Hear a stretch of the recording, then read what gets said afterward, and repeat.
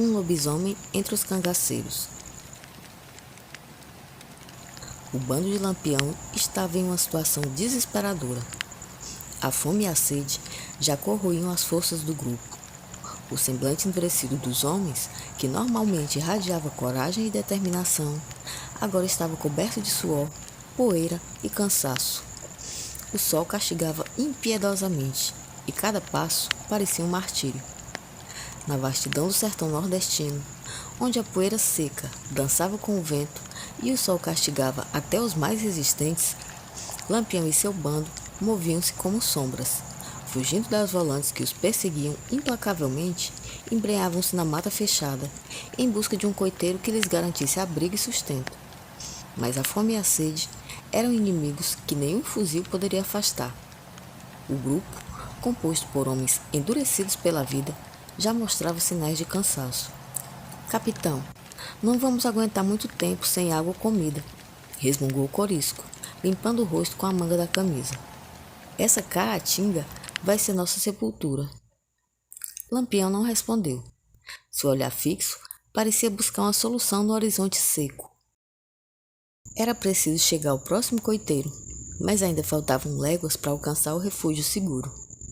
Foi então que o estranho, o jovem João Batista, que havia se juntado ao bando há poucas semanas, quebrou o silêncio.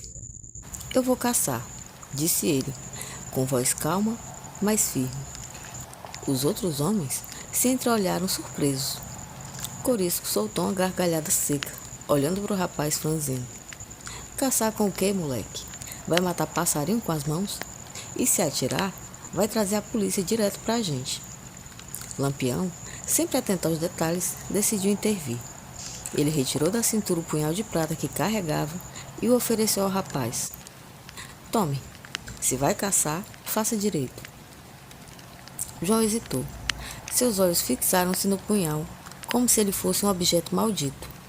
Com um gesto vacilante, estendeu a mão para pegá-lo, mas no instante em que seus dedos tocaram o cabo de prata, ele soltou um grito abafado e largou o punhal no chão.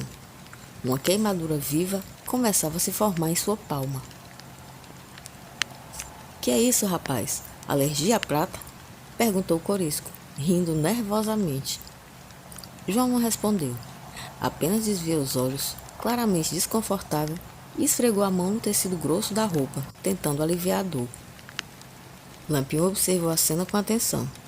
Sem dizer nada, levou a medalha de Padre Cícero, que carregava no pescoço, aos lábios e beijou discretamente. Algo estava errado com aquele rapaz, e o capitão sabia reconhecer quando um mistério merecia atenção. "Então vá sem arma, se é homem", desafiou Lampião, sua voz calma, mas carregada de curiosidade. João Batista não disse nada, apenas embrenhou-se na mata, desaparecendo entre os galhos e folhas secas.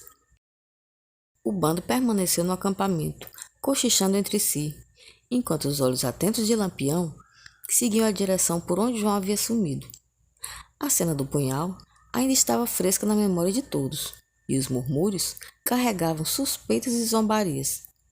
Corisco não se conteve. "Aposto que ele vai voltar de mãos abanando. Isso se voltar." O tempo passava lentamente. Cada estalhar de galho na mata fazia os cangaceiros erguerem as cabeças, atentos. Mas, para surpresa de todos, menos de uma hora depois, João voltou. Estava encharcado de suor, a camisa rasgada em alguns pontos, mas com um semblante calmo, quase indiferente. Ele não carregava nada em mãos, e os homens estavam prestes a começar a zombaria, quando ele apontou para um amontoado de folhas a alguns metros do acampamento. "Está ali, um porco grande. Já está abatido e esfolado." A descrença foi geral, mas a fome era maior que a dúvida. Os homens seguiram a direção indicada e, para sua surpresa, encontraram um enorme porco selvagem, esfolado e com a carne fresca, brilhando sob o sol. A fome irresistível fez com que todas as suspeitas fossem temporariamente esquecidas. Lampião, no entanto, permaneceu alerta. A cena não fazia sentido. Não havia marcas de tiros ou rastros que indicassem uma luta. E como um rapaz franzino como João teria carregado sozinho um animal tão grande até ali? Enquanto os outros homens comiam com voracidade, Lampião manteve-se em silêncio, observando João, que descansava à sombra de uma árvore. A queimadura em sua mão era visível, e o capitão sabia que aquilo não era obra do acaso. Ele apertou o punhal de prata em sua cintura e murmurou uma oração baixa. O rapaz não deu maiores explicações. Antes que pudesse ser interrogado, tombou no chão, exausto. Maria Bonita socorreu, oferecendo-lhe um pouco de água. Os homens, porém, não tinham tempo para especulações. A fome era maior que a curiosidade. E em pouco tempo, o porco estava assado e dividido entre os membros do bando. Enquanto os cangaceiros comiam com voracidade, Lampião não tocou na carne. Ele ficou sentado à sombra de um juazeiro, com os olhos fixos em João, que ainda descansava, aparentemente alheio à comoção que causara. A marca da queimadura em sua mão parecia mais nítida à luz do dia, como se tivesse sido feita a ferro quente. Lampião pegou novamente sua medalha de Padre Cícero e a apertou contra os lábios, murmurando uma oração. Algo dentro dele dizia que havia mais sobre aquele rapaz do que ele estava deixando transparecer. Quando João finalmente despertou, seus olhos encontraram os de Lampião. Por um momento, o jovem pareceu vulnerável, como se soubesse que seu segredo estava prestes a ser descoberto. Mas antes que o capitão pudesse perguntar qualquer coisa, o barulho de disparos distantes ecoou pela mata. As volantes estavam se aproximando. A paz momentânea foi interrompida pelo eco de tiros. As volantes estavam mais perto do que imaginavam. O bando levantou-se rapidamente, reunindo seus pertences e preparando-se para fugir. Mas Lampião não conseguia tirar os olhos de João. Algo na forma como o rapaz olhava para a direção dos disparos parecia diferente. Não era medo, mas era algo primitivo, instintivo. João chamou Lampião, segurando o braço do jovem. Você não é como os outros, é? João não respondeu. Apenas olhou para o capitão com um olhar misto de culpa e determinação. Então, antes que Lampião pudesse insistir, o rapaz se desvencilhou e correu na direção contrária ao bando, sumindo novamente na mata. Deixem ele, ordenou Lampião, quando o Corisco sugeriu ir atrás do rapaz. Vamos cuidar da gente primeiro, mas fiquem atentos. Esse rapaz ainda vai nos mostrar quem realmente é. Enquanto o bando se afastava, João desaparecia nas sombras da caatinga, seus passos rápidos e silenciosos como os de um predador. A lua cheia começava a surgir no horizonte, e nas profundezas da mata, o som de um rugido aterrorizante ecoou, misturando-se ao som dos tiros que se aproximavam. Lampião apertou o punhal de prata em sua cintura. Algo muito mais perigoso do que as volantes os aguardava naquela noite. A lua cheia pairava alta no céu quando o bando finalmente encontrou um lugar para descansar. Mas a paz não durou. Das profundezas da mata, passos pesados e rápidos se aproximavam. Os cangaceiros pegaram suas armas, prontos para enfrentar o que viesse. Do meio da escuridão surgiu uma criatura que parecia saída de um pesadelo. Um homem-lobo, com o corpo coberto de pelos escuros e olhos brilhantes como brasas, emergiu de repente das sombras. Sua altura era impressionante e seus dentes refletiam a luz da lua como punhais. Nesse momento, o terror tomou conta do grupo. Alguns dispararam suas armas, mas as balas pareciam não surtir efeito. A criatura rugiu, avançando com agilidade assustadora. E nesse momento, de dentro da mata, a volante que aguardava em segredo o momento de atacar, denunciou-se em nome do terror. Homens gritavam, correndo em todas as direções, enquanto o monstro destruía tudo em seu caminho. Lampião, embora aterrorizado, manteve-se firme.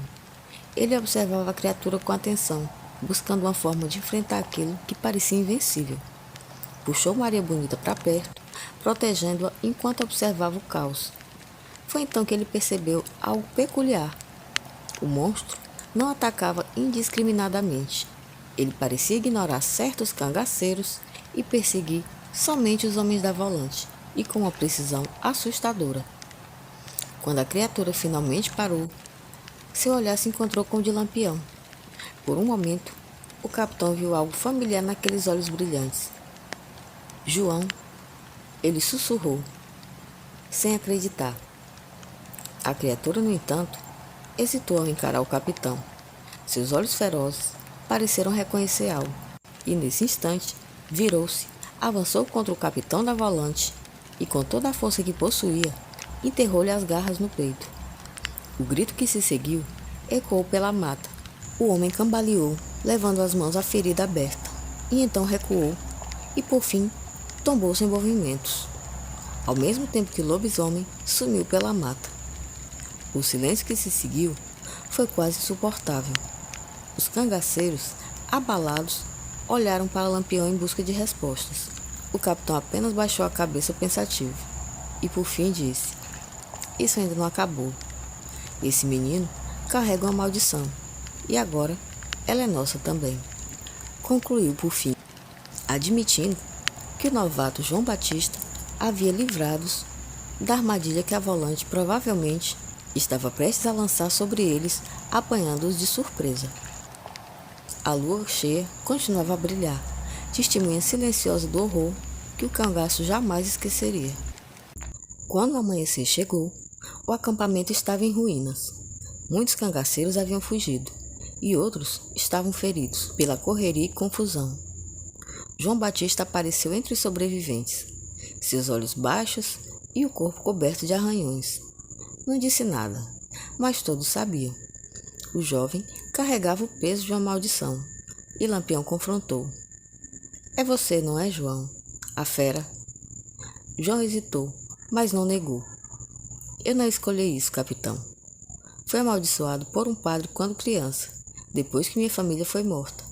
Ele disse que eu carregava o pecado do sangue e que a lua cheia revelaria minha verdadeira natureza." Lampião ficou em silêncio. Ele sabia que a força de João seria útil, mas a maldição colocava a todos em perigo. Por fim, após uma longa pausa, ele respondeu: "Você é um de nós agora. Mas se a fera voltar a atacar o bando, eu mesmo vou acabar com você." João concordou, aceitando seu destino. E a partir daquele dia, ele foi tratado com desconfiança por alguns, mas sua lealdade ao bando nunca foi questionada. No entanto, toda vez que a lua cheia surgia, os cangaceiros sabiam que o verdadeiro terror não vinha das volantes, mas do lobo que andava entre eles. João Batista havia chegado ao grupo de uma maneira no mínimo insólita. A noite avançava lentamente e o acampamento dos cangaceiros estava iluminado por uma fogueira modesta. Chamas lançavam sombras sobre a caatinga. Lampião estava sentado em um tronco, segurava um punhal de prata em uma mão e uma pedra de amolar na outra.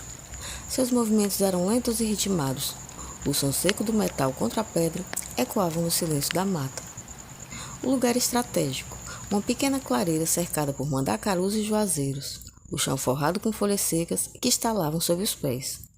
O aroma da terra quente misturava-se com o cheiro de carne salgada, único mantimento que restava após dias e dias de fuga. Ao fundo, Corisco e Maria Bonita cochichavam enquanto outros homens do bando afiavam suas armas ou simplesmente descansavam.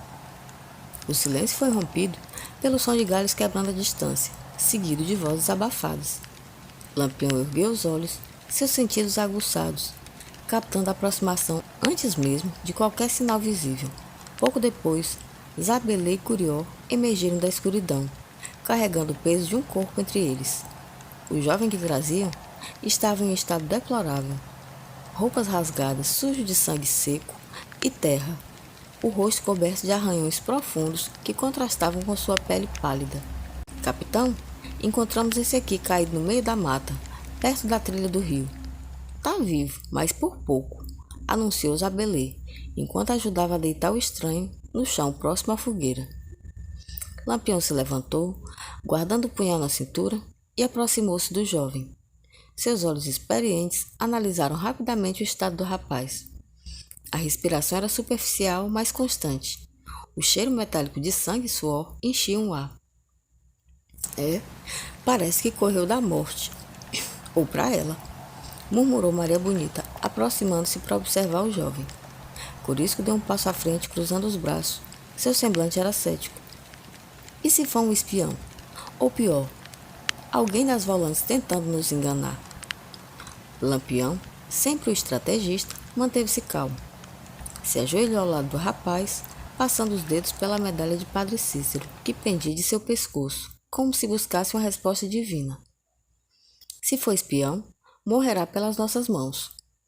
Mas se for só um pobre coitado, não podemos largar ele assim. Cuidem do ferido. Se sobreviver, temos um amigo. Se morrer, terá um enterro cristão.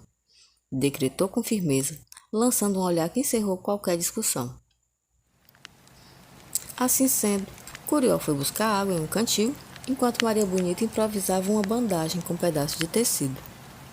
O jovem gemeu baixo quando começaram a limpar os ferimentos, mas não despertou. Sua fragilidade contrastava com a intensidade de suas marcas, como se tivesse lutado contra algo muito além de sua força. Enquanto isso, Lampião retornou ao tronco onde estivera sentado. Seu olhar, no entanto, permaneceu fixo no estranho. Havia algo naquele rapaz que o intrigava, algo que não conseguia explicar. Instintivamente, levou a mão ao cabo do punhal de prata, como se buscasse proteção contra uma ameaça invisível. Esse menino não caiu na caatinga por acaso, disse baixo, mais para si mesmo do que para os outros. A noite continuou avançando, a lua cheia subindo cada vez mais no céu. O estranho continuava inconsciente, e o bando se recolhia aos poucos, cada um com seus próprios pensamentos. Mas Lampião sabia, no fundo, que aquele encontro marcaria o início de algo muito maior do que poderiam imaginar. A caatinga guardava seus segredos, e ele sentia que aquele jovem trazia consigo um deles. Quando o dia amanheceu sobre a caatinga, o céu tingindo-se de tons alaranjados e rosados, enquanto o sol surgiu no horizonte, prometendo mais um dia de calor impiedoso. A fogueira já havia se apagado, restando apenas brasas tímidas que emitiam um calor residual. Lampião estava de pé, observando a movimentação do acampamento. O bando se preparava para mais uma longa caminhada, revisando armas, ajustando chapéus de couro e contando as poucas provisões restantes. No centro da clareira, deitado sobre uma manta improvisada, o estranho começava a se mexer. O primeiro som foi um gemido baixo, seguido de uma tosse seca. Seus olhos abriram-se lentamente, piscando contra a luz do sol que filtrava pelas árvores. Ele tentou se levantar, mas o corpo debilitado recusava-se a obedecer. Quieta aí, rapaz. Não vá se arrebentar mais do que já está, disse Maria Bonita, aproximando-se com um cantil de água. Ela se agachou ao lado dele e ofereceu o líquido com delicadeza. O jovem bebeu com avidez, como se não visse água há dias. Quando finalmente conseguiu falar, sua voz saiu rouca, quase um sussurro. Onde estou? Lampião aproximou-se lentamente, com passos firmes, fazendo o chão seco estalar. Ele parou ao lado de Maria Bonita, cruzando os braços enquanto analisava o rapaz. Está no meio da caatinga, seu moço, em nosso acampamento. A propósito, quem é você? E o que fazia correndo por essas bandas com a alma penada? Perguntou ele de forma direta. O estranho hesitou. Seus olhos passaram de um rosto ao outro, absorvendo a presença dos cangaceiros. Havia desconfiança em sua expressão, mas também gratidão. Meu nome é João Batista. Estava caçando, mas fui atacado por uma onça. Tentei fugir, mas me perdi na mata. Não lembro como cheguei até aqui. Mentiu ele, desviando o olhar. Mas Lampião não era tolo. Percebeu a hesitação na voz do rapaz e a falta de consistência em sua história. Mas mesmo assim, decidiu não pressioná-lo. Pelo menos, não por enquanto. Pois bem, João Batista, cuidamos de você. Agora resta saber o que pretende fazer. Sozinho, não vai durar 2 dias nessa terra seca. João Batista ergueu o olhar para Lampião, surpreso pela oferta implícita. A ideia de permanecer com aquele bando de foras da lei era assustadora, mas a alternativa, vagar perdido pela caatinga até a morte, era ainda pior. Eu não tenho para onde ir, admitiu ele, com a voz carregada de uma sinceridade inesperada. Então fique, mas aqui é assim, ou ajuda ou atrapalha, e quem atrapalha não dura muito, disse Lampião, sua voz grave e definitiva. Maria Bonita deu um sorriso curto e levantou-se, enquanto os outros cangaceiros que observavam à distância trocaram olhares desconfiados. Capitão, tem certeza? Perguntou Corisco, aproximando-se. Tenho. Esse menino ainda vai ser útil. Mas se tentar nos enganar, você cuida dele, Corisco. O tom de Lampião era sério, e Corisco assentiu, embora ainda desconfiasse do rapaz. João Batista olhou para o grupo ao seu redor. Havia algo neles, nos olhares, nas cicatrizes, na postura firme, que transmitia tanto perigo quanto segurança. Ele sabia que não era por acaso que havia caído naquele acampamento. Algo dentro dele, uma parte que ele temia e mal compreendia, o levava a acreditar que seu destino estava entrelaçado com aqueles homens e mulheres. Enquanto o bando retomava suas atividades, João Batista permanecia sentado, observando o movimento ao seu redor. Ele sentia um peso estranho no peito, uma mistura de alívio e apreensão. Mal sabia que, ao aceitar a oferta de Lampião, havia selado não apenas sua sobrevivência, mas também o seu destino. E desde aquele dia, o jovem João Batista tornou-se parte do bando de Lampião. Mas a verdade sobre quem ou o que ele realmente era ainda permaneceria escondida, como uma fera à espreita nas sombras, esperando o momento certo para emergir.